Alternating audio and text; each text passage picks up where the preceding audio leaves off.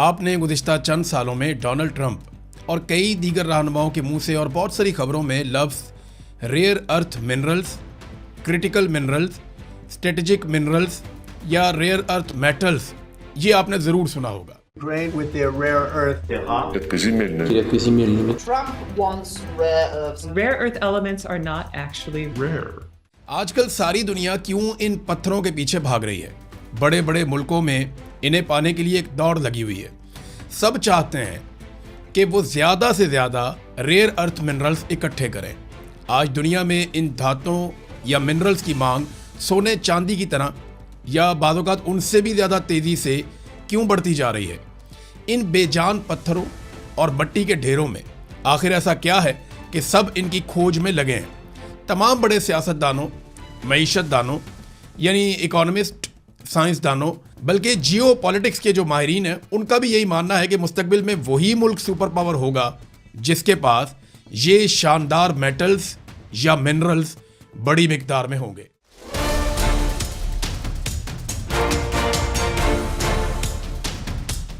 उन्नीस में स्वीडन के एक फौजी ऑफिसर ने कान में से एक पत्थर ढूंढा और उस पत्थर ने सारा कुछ बदल कर रख दिया।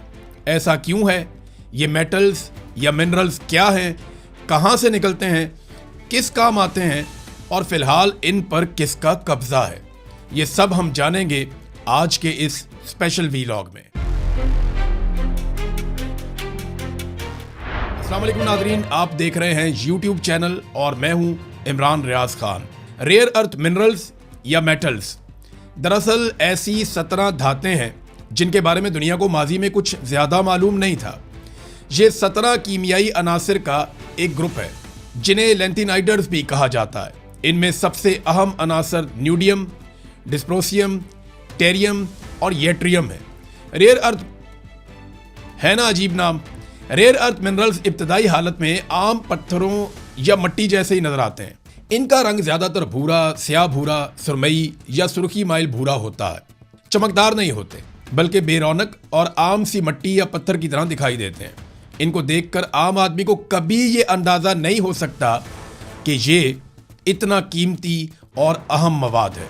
इनको पहचानने के लिए खास किस्म की टेस्टिंग और केमिकल तज्जिया करना पड़ता है।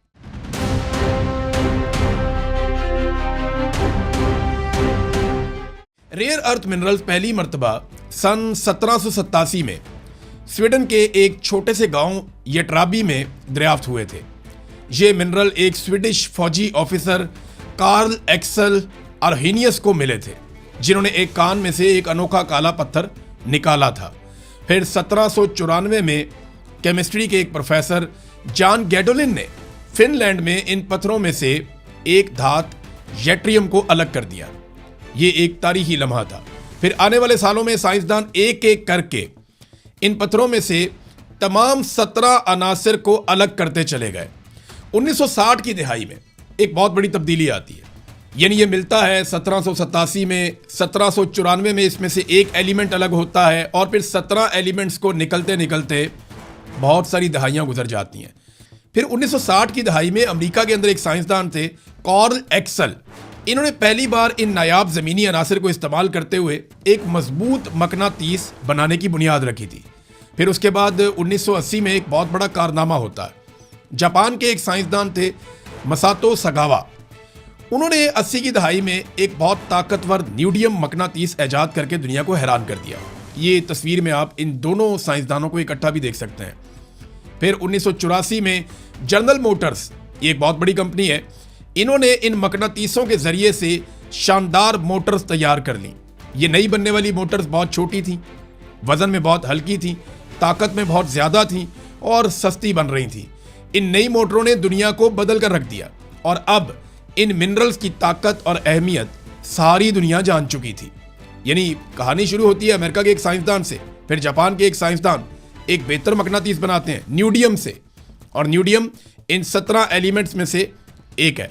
और उसके बाद जनरल मोटर उससे एक ऐसी मोटर बना लेती है जिसकी ताकत बेमिसाल है, वजन कम है, वो जगह भी कम घेरती है और कम पैसों में बन भी जाती है। तो इससे दुनिया कैसे बदल गई ये मैं आपको बताता हूँ। ये 17 मिनरल्स आजकल कहाँ कहाँ इस्तेमाल होते हैं। आज की तारीख में इनका सबसे ज़्यादा इस्तेमाल इलेक्ट्रिक गाड़ियों में, खासतौर पे जो न्यूडियम वाला मैग्नेट है उसका इस्तेमाल किया जाता है, और विंड टर्बाइन्स में इनका इस्तेमाल किया जाता है। इसके बगैर अच्छी बैटरी और मोटर नहीं बन सकती। रेयर अर्थ मिनरल्स, खासतौर पे न्यूडियम, इलेक्ट्रिक मोटर्स में मजबूत मुस्तकिल मकनातीस बनाने के लिए इस्तेमाल होता है। जी हाँ, ये वही न्यूडियम मकनातीस है जिसे जापानी साइंसदान ने ईजाद किया था। इसका मकसद ये है कि ये मोटर बहुत कम वजन में इंतहाई ज़्यादा पावर देती है। एक छोटा सा न्यूडियम मैग्नेट इतना ताकतवर होता है कि लोहे के मैग्नेट से 10 गुना ज़्यादा ताकत देता है। इसी वजह से इलेक्ट्रिक कारों में ये छोटी मोटरें और हल्की मोटरें इस्तेमाल की जाती हैं, और फिर भी कार बहुत तेज़ चलती है और बैटरी भी कम इस्तेमाल होती है। जबकि विंड टर्बाइन में भी यही मिनरल्स या मेटल्स इस्तेमाल होते हैं। 4 से 6 मिलियन डॉलर में लगने वाली एक विंड टर्बाइन 4000 से 7000 घरों तक को बिजली फराहम कर सकती है। इसका इन्हिसार जो है वो हवा की रफ्तार पे भी होता है। एक टर्बाइन बिजली बनाकर 1 साल से कम अरसे में अपनी लागत पूरी कर लेती है, जबकि ये 20 से 25 साल तक लगातार चलती रहती है। सादी बात यह है कि पुरानी वजनी मशीनरी को बैटरियों पर चलाना बहुत मुश्किल था। ये बात आप समझ लीजिए कि जो पुरानी मशीनरी थी वो वजनी थी, बैटरियों पे चलाना उन्हें बहुत मुश्किल था, उनके लिए फ्यूल लगता था। लेकिन इन नई धातों ने या इनके इस्तेमाल ने सारा गेम ही बदल कर रख दिया। अब ताकतवर मशीनें बहुत छोटे साइज में और इंतहाई कम वजन में बन चुकी हैं। लिहाजा मुस्तकबिल इलेक्ट्रिक गाड़ियों का है, जो दुनिया में 1 अरब 64 करोड़ 40 लाख गाड़ियों की जगह लेंगी। यानी दुनिया में फ्यूल पर चलने वाली गाड़ियों की जगह लेने के लिए आपको कम से कम 150 करोड़ नई गाड़ियां चाहिए जो इलेक्ट्रिक गाड़ियां हो, और ये आलूदगी से बचाव का एक बड़ा जरिया भी बनेगी। अब यही तो मुकाबला है कि ये नई गाड़ियां कौन बनाएगा और अरबों खरबों डॉलर्स का मुनाफा कौन कमाएगा। वही बनाएगा जिसके पास ये रेयर अर्थ मिनरल्स होंगे।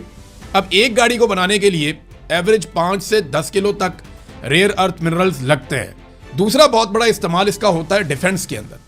ये मिसाइलों में इस्तेमाल होते हैं, जेट तैयारों में इस्तेमाल होते हैं, जंगी बहरी जहाज़ों में, आबदोज़ों में, रेडार के सिस्टम में इस्तेमाल होते हैं, और जदीद हथियारों में ये बहुत बड़े पैमाने पर इस्तेमाल हो रहे हैं।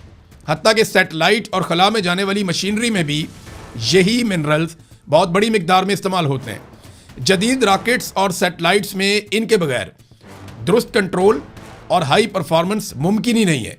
सिर्फ एक जो अमेरिका का बड़ा शानदार तैयारा है, उनका एक स्टेल्थ फाइटर जेट है F-35, इसके अंदर 417 किलोग्राम तक रेयर अर्थ मिनरल इस्तेमाल होता है, जबकि कई हथियारों में ये मिनरल्स इससे भी ज़्यादा मिकदार में इस्तेमाल होते हैं। जैसे कि आप ये तस्वीर देख लें कि आबदोज़ में और लड़ाका बहरी जहाज़ में इस्तेमाल होने वाले मिनरल्स की मिकदार फाइटर जेट में इस्तेमाल होने वाले मिनरल से कई गुना ज़्यादा है।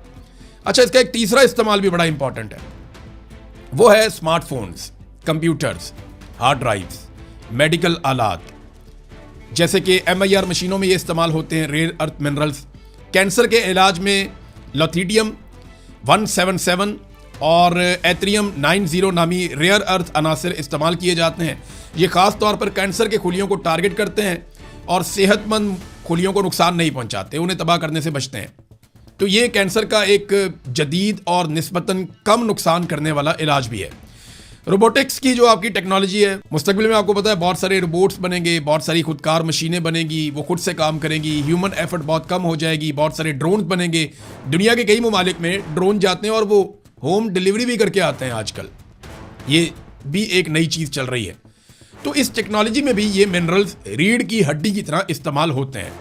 आजकल बेशुमार चीज़ों में इनका इस्तेमाल बढ़ गया है। हमारे आसपास आप देखें तो बहुत सारे रेयर अर्थ मिनरल्स आप तक पहुंच चुके हैं और इनकी मिकदार लगातार बढ़ती जा रही है। अगर आप में से किसी के पास वो एयरपॉड्स हैं जो आईफोन के होते हैं, तो आप उनका ढक्कन बंद करें तो आपको क्लिक की आवाज़ आती है।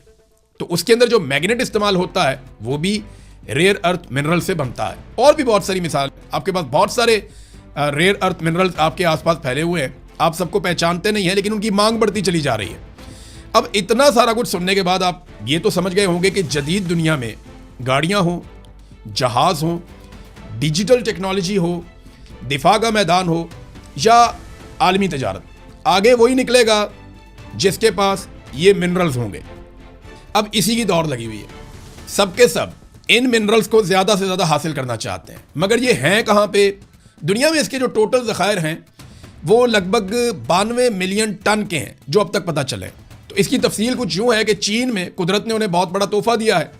44 मिलियन टन दुनिया का सबसे बड़ा ज़ख़ीरा चीन में है। ब्राज़ील में 21 मिलियन टन, भारत में 6.9 मिलियन टन, ऑस्ट्रेलिया में 5.3 मिलियन टन, रूस में 3.8 मिलियन टन, वियतनाम में 5.3 मिलियन टन, अमेरिका में 1.9 million ton, Tanzania, South Africa, Canada, Thailand, Myanmar, Malaysia, Nigeria और कई ममालिक के पास जो है वो इसके थोड़े बहुत ज़खायर मौजूद हैं। आप ये दुनिया का नक्शा देख लें, इसमें ये मेंशन किया हुआ है जहाँ जहाँ पे ये ज़खायर मौजूद है, कहीं पे बहुत थोड़े, कहीं पे बहुत ज़्यादा। ग्रीनलैंड में भी ये ज़खायर बहुत बड़े पैमाने पर मौजूद हैं। किसी मुल्क के पास ये रेयर अर्थ मिनरल्स होना कोई बहुत बड़ी बात नहीं है। असल बात यह है कि कौन कितनी बड़ी मिकदार में ये मिनरल्स निकाल कर इन्हें कारामद धातों में बदल सकता है, ये है असल बात। इन मिनरल्स की कम मिकदार की वजह से इन्हें रेयर अर्थ मिनरल्स नहीं कहा जाता, ये बहुत बड़ी मिकदार में पड़े हुए हैं, बल्कि इनकी पैदावार जो है वो बहुत कम होती है और उसकी वजह से उन्हें रेयर अर्थ मिनरल्स या क्रिटिकल मिनरल्स का नाम दिया गया है। इसकी वजह क्या है ये ज़रा आपको समझना पड़ेगा। ये मिनरल्स या मेटल्स जितने करामद हैं उन्हें निकालना और तैयार करना उससे कई ज़्यादा मुश्किल और ख़तरनाक काम है। देखिए, ये मिनरल जब ज़मीन या पहाड़ में मिलते हैं तो कुछ ऐसी शक्ल में होते हैं। ये शक्ल आप इसकी देख लें। इन्हें सबसे पहले पत्थर और मिट्टी की शक्ल में निकाला जाता है, इसके बाद इसे कुचल के इसका एक पाउडर बना लिया जाता है, फिर इस पाउडर में मिट्टी, रेत या पत्थर मिक्स होता है, फिर केमिकल्स के ज़रिए से इस पाउडर से मुख्तलिफ रेयर अर्थ के जो अनासिर हैं या मिनरल्स हैं उनको अलग अलग किया जाता है। अब ये बहुत चूरे की शक्ल में होते हैं। याद रहे कि ये 17 के 17 जो अनासिर हैं ये इकट्ठे ही मिलते हैं हमेशा। यानी ऐसा नहीं है कि इनमें से एक आप कहीं से लें, दूसरा कहीं से, तीसरा कहीं से, नहीं, ये आपको 17 के 17 इकट्ठे ही मिलते हैं, एक ही जगह पे मिलते हैं। हाँ, ये ज़रूर होता है किसी जगह पे इनमें से किसी एक की मिकदार ज़्यादा होती है, कहीं पे न्यूडियम ज़्यादा होगा, कहीं पे येट्रियम ज़्यादा होगा, कहीं पे कोई और ज़्यादा होगा, तो इनकी मिकदार में फ़र्क हो सकता है, लेकिन ये 17 के 17 मिलते इकट्ठे ही है। इन्हें अलग करने के लिए बहुत से कीमियाई मरहलों से इनको गुजारना पड़ता है। आखिर में इन अनासर को इंतहाई ज़्यादा दर्जा हरारत पर पिघलाकर धात की शक्ल में तब्दील कर दिया जाता है। यानी पाउडर से धात बनाने का अमल बहुत ज़्यादा मुश्किल और महंगा होता है। अब ये बात यहाँ ख़त्म नहीं ना हो जाती। देखिए, मुश्किल काम है तो कर लिया ना, लेकिन इसकी एक बहुत बड़ी कीमत है जो इंसानों को अदा करनी पड़ती है। असल कहानी अभी बाकी है। रेयर अर्थ मिनरल्स, इनके साथ अक्सर थ्योरियम और यूरेनियम होती है। यानी ये जहाँ पे भी मिलते हैं इनके साथ थ्योरियम और यूरेनियम आपको ज़रूर मिलती है। जी हाँ, जिससे एटम बम बनता है। जब कीमियाई अमल से इन अनासर को अलग अलग किया जाता है तो इनसे खौफनाक किस्म की ताबकारी फैलती है। यानी थ्योरियम और यूरेनियम से ताबकारी निकलती है और फिर ये हज़ारों साल तक ख़तरे के तौर पे फ़िज़ा में मौजूद रहती है। इसके अलावा बहुत बड़ी मिकदार में तेज़ाबी पानी, अमोनिया, सल्फ्यूरिक एसिड और दीगर जहरीले केमिकल्स का फुजला भी निकलता है जो मिट्टी और पानी को कई नस्लों तक जहरीला बना देता है। चीन के कई इलाकों में इसी वजह से पानी और मिट्टी बिल्कुल ख़राब हो चुके हैं। सबसे मशहूर मिसाल चीन में जहाँ सबसे ज़्यादा ये निकलता है रेयर अर्थ मिनरल, वो अंदरूनी मंगोलिया का उनका एक इलाका है बयान ओबू, वहाँ से निकलता है। वहाँ दहाइयों की कानकुनी की वजह से आसपास का पानी और मिट्टी वो बिल्कुल जहरीले हो चुके हैं। लोगों में कैंसर, जिल्द की बीमारियाँ और पैदाइशी नुकाइस बहुत ज़्यादा बढ़ते चले जा रहे हैं। इसी तरह मलेशिया में भी एक रेयर अर्थ प्रोसेसिंग प्लांट लगने के बाद मकामी लोगों ने ताबकारी की वजह से बहुत शदीद एहतजाज किया था क्योंकि वो मुतासर हो रहे थे और फिर वो प्लांट बंद करना पड़ा था। अगर आपने 1 टन रेयर अर्थ मिनरल हासिल करना है तो उसके लिए हज़ारों टन कीमियाई फुजला पैदा होता है, जबकि फैलने वाली ताबकारी इसके अलावा है जिसकी मिकदार बाद औक़ात जितनी आपने धात हासिल की है उसके बराबर भी हो सकती है। दुनिया में कई तंजीमें इस खुदाई और प्रोसेसिंग के खिलाफ आवाज़ उठा रही हैं, जैसा कि Earthworks, Global Witness, Mining Working Group, World Resource Institute, Greenpeace और कई मकामी NGOs भी इसके खिलाफ कोशिश करती रहती हैं। मगर ये मेटल्स इतने अहम और ज़रूरी हैं कि कोई इन आवाज़ों पर तवज्जो ही नहीं देता। माजी में चीन के खिलाफ आवाज़ उठाई गई तो उसने इसकी फ़रोख्त कम कर दी, जिसके बाद सारे चुप हो गए और चीन दोबारा से बेचने लगा। इस वक्त दुनिया का लगभग 90% रेयर अर्थ मेटल्स या मिनरल्स ये चीन के कंट्रोल में है। और यही बात चीन के कंपटीटर्स या मुखालिफों को खाए जा रही है। ये है जी असल कहानी कि कंट्रोल सारा चाइना के पास है। देखिए, चाइना दुनिया में जो प्रोडक्शन करता है लगभग 70% प्रोडक्शन वो करता है, लेकिन कंट्रोल 90% उसके पास है। और चाइना सिर्फ चीन में से नहीं निकाल रहा, बल्कि उसने मुआहदे किए हुए हैं वो दूसरे ममालिक के इलाकों में से भी रेयर अर्थ मिनरल्स निकाल रहा है। इस फील्ड में अमेरिका बहुत पीछे रह गया। चीन माहौलियाती आलूदगी से कतई नज़र ये मिनरल्स निकालता चला जा रहा है। चीन इसका 35% दुनिया को बेचता है, जबकि 65% अपनी सनतों में इस्तेमाल करता है, यानी कोई मुकाबिल नहीं दूर दूर तक। हाँ, इसके बारे में आपको 2 मजीद बातें ज़रूर जान लेनी चाहिए। नंबर 1, जितने रेयर अर्थ मिनरल्स ज़मीन के ऊपर है ना, इससे कहीं ज़्यादा समंदर के अंदर हैं, और उन्हें निकालने में इंसानों को जो खतरा है वो ज़मीन की निस्बत कम है, मगर आबी हयात को उसमें काफ़ी तबाही हो जाएगी। नंबर 2, इस वक्त साइंसदान लगातार ये कोशिश कर रहे हैं कि इन मिनरल्स को एक दूसरे से अलग करने और करामत बनाने के लिए कुछ ऐसे नए तरीके ढूंढे जाएं और ईजाद किए जाएं जिनसे माहौल को कम से कम नुकसान पहुंचे। अच्छा, आप सबके जहन में एक सवाल आ रहा होगा, ये मेरे जहन में भी था, कि पाकिस्तान के पास ये मिनरल्स कितने हैं। तो माजी में मुझे भी लगता था कि शायद ये मिनरल्स हमारे पास बहुत बड़ी मिकदार में हो सकते हैं, मगर ऐसा नहीं है। पाकिस्तान में इसके कोई बहुत बड़े ज़खायर दरियाफ्त नहीं हुए, और कहीं कुछ थोड़ा बहुत अगर है भी तो हम उसे निकालने की सलाहियत बिल्कुल नहीं रखते, और ये तमाम मालूमात अब तक दस्तयाब आलमी डाटा पर मबनी है। अब मुस्तकबिल में अगर किसी मुल्क को माशी और दिफाई नुक्ता नज़र से सुपर पावर बनना है या बरकरार रहना है, तो उसे ये मिनरल्स हर हाल में चाहिए और बड़ी मिकदार में चाहिए। अब चीन तो इसकी मार्केट पर मुकम्मल इजारादारी रखता है, तो अमेरिका क्या करेगा? अमेरिका दुनिया के कई ममालिक से ये मिनरल्स निकालने के मुआहदे कर रहा है, जैसा कि यूक्रेन से, रवांडा से, ऑस्ट्रेलिया से, कांगो से, कजाकिस्तान से और कई मुल्कों से। आज अमेरिका अपनी ज़रूरियात का एक बड़ा हिस्सा चीन से खरीदने पर मजबूर है, जबकि चीन हर साल लगभग 5 से 7 अरब डॉलर्स के क्रिटिकल मिनरल्स बेचता है। चीन के सबसे बड़े खरीदार ये ममालिक हैं: जापान, अमेरिका, जनूबी कोरिया, जर्मनी, नीदरलैंड, फ्रांस। यानी ये जो भी जदीद चीज़ें बनाते हैं, इनको ये मिनरल्स चाहिए और वो ये चीन से लेते हैं। अभी हाल ही में आपने देखा डोनाल्ड ट्रंप, उन्होंने चीन का दौरा किया, तो उनकी जानिब से एक अहम तरीन मामला जो चीन के साथ उठाया गया वो रेयर अर्थ मिनरल्स की फराहमी के हवाले से था, जिस पर फिलहाल कोई मुस्बत पेशरफ्त हुई है। मगर सवाल यह है कि अमेरिका कब तक चाइना पर इन्हिसार कर सकता है। आजकल आप ट्रंप के मुंह से बार बार ग्रीनलैंड के बारे में सुनते होंगे। A message tonight for the incredible people of Greenland. We strongly support your right to determine your own future, and if you choose, we welcome you into the United States of America. We need Greenland for national security and even international security, and we're working with everybody involved to try and get it. Donald Trump Greenland को इसलिए भी हासिल करना चाहते हैं कि वहां इन rare earth metals या मिनरल्स की काफ़ी बड़ी मिकदार मौजूद है, और आबादी बहुत कम है, यानी सिर्फ 56,000 लोग वहां पे रहते हैं। और ये जजीरा नुमा मुल्क बरतानिया से 9 गुना बड़ा है। अगर अमेरिका यहाँ से सबको निकाल कर पूरा जजीरा खाली करवा ले, तो अमेरिका बड़ी आसानी से माहौलियाती आलूदगी और ताबकारी की परवाह किए बगैर बड़े पैमाने पर यह खजाना हासिल कर सकता है। और इसके लिए अमेरिकी बिजनेसमैन बेशुमार पैसा देने को तैयार बैठे हैं। मगर एक बात आपको याद रखनी पड़ेगी कि ग्रीनलैंड का ज़्यादातर हिस्सा बर्फ़ से ढका हुआ है, जहाँ माइनिंग के लिए अलग ही चैलेंजेस मौजूद होंगे।